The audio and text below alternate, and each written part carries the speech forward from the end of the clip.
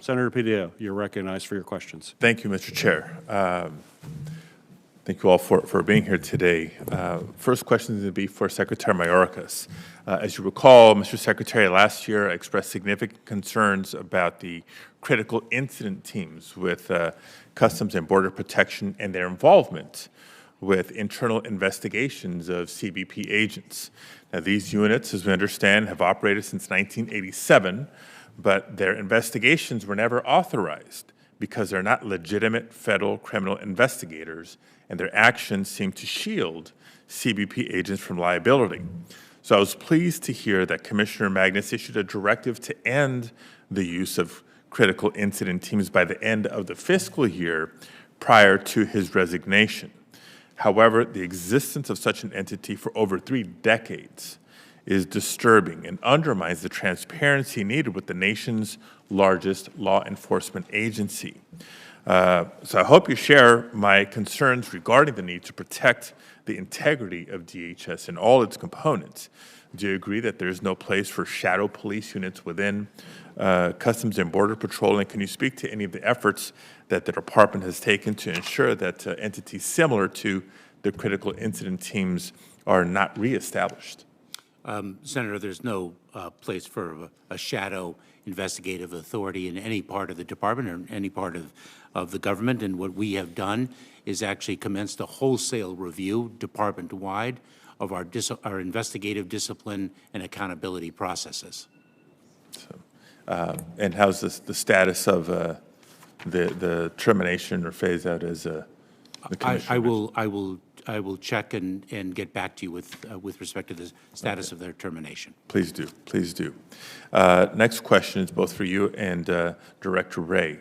Earlier this year, the department released a report that detailed the need for improvements to information sharing as a means to addressing violent extremist activity.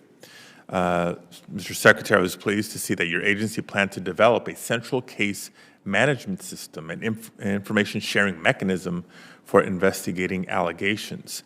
Can you provide an update on where DHS is with these developments and whether there's been any significant roadblocks?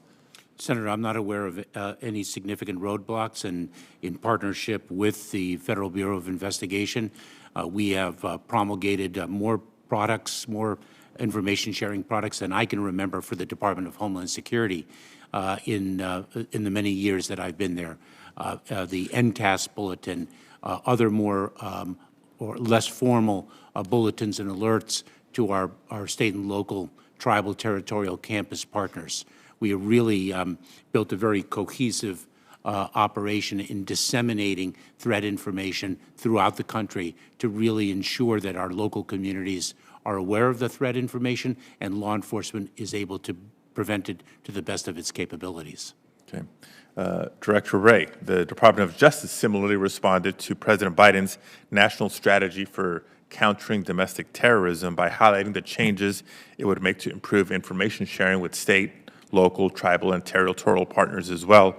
What specific changes have been made at the FBI to eliminate any gaps in information sharing? So I think we engage in information sharing on this with state and local partners in 2 principal ways. The biggest one being through our joint terrorism task forces, where we have lots of state and local law enforcement agencies as task force officers on those task forces.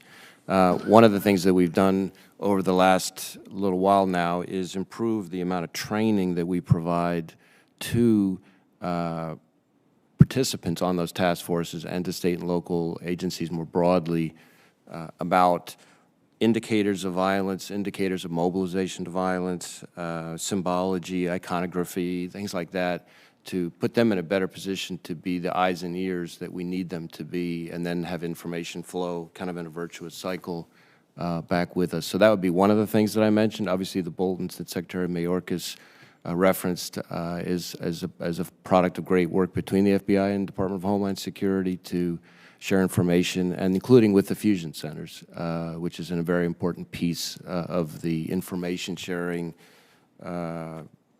infrastructure, if you will, that exists in this country. Yeah. And just in that spirit, I mean, the couple of the most critical areas in which to apply improved information sharing is when it comes to combating gun violence and domestic terrorism. According to a joint report issued in May of last year, the FBI and DHS determined that the greatest domestic terrorism threat is posed by lone offenders who are radicalized online and who look to attack soft targets with easily accessible weapons. Sadly, we've seen too many instances even since then. Highland Park, Uvalde, Buffalo, and even in my home state of California at the Geneva Presbyterian Church. The common thread here in each case was the ease with which the perpetrator acquired a weapon.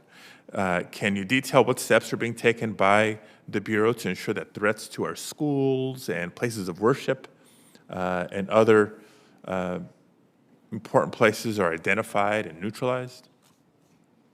So I guess there are a number of things that we do on that front. When it comes to schools specifically, we've been engaged in a very proactive outreach campaign to schools, done active shooter training, for example, at schools. Lots of our field offices meet with school officials in their areas of responsibility to help them identify better what to be on the lookout for. Because one of the things that we've learned in studying this issue over time when it comes to school shootings, for example, is that there's almost always somebody, a classmate, a teacher, a family member, someone who saw the transformation in the person, and that if they had known to speak up, known to report, it might have been preventable. And in those instances where we have successfully prevented a school shooting, for example, and those often don't get reported, but there are any number in which we have successfully prevented have almost always been because somebody in that situation did report. So we're trying to get the word out that way. Obviously, our NICS system, which does the background checks to ensure that people who are legally prohibited from having firearms don't get them, is very active, processing background checks. And of course, with the recently passed legislation, there will be additional steps that we're taking to implement that. Thank you very much. Thank you, Mr. Chair. Thank you, Senator Padilla.